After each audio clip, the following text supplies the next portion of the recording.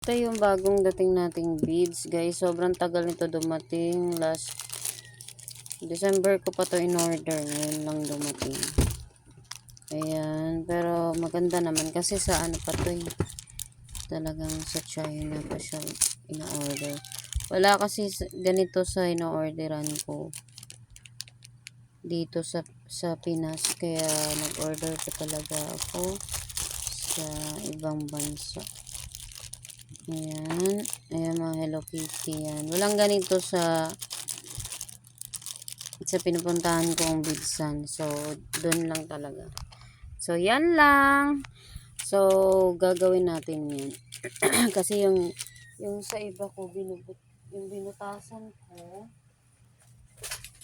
ito na yung binutasan ko, guys. Ayan na, yung mga binutasan ko. Ito naman yung dumating na hindi ko rin na videohan. Yun, bago lang din dating to. So, iba-ibang ano siya. Yan, ganito, maliliit. Parang ang labo ng camera ko ah. So, ito maganda o, prutas.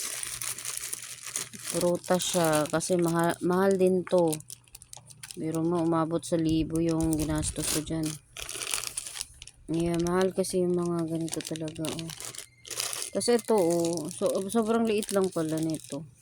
Hindi ko alam kung saan ko siya ilalagay. Liit lang pala. So, yan. Ayan.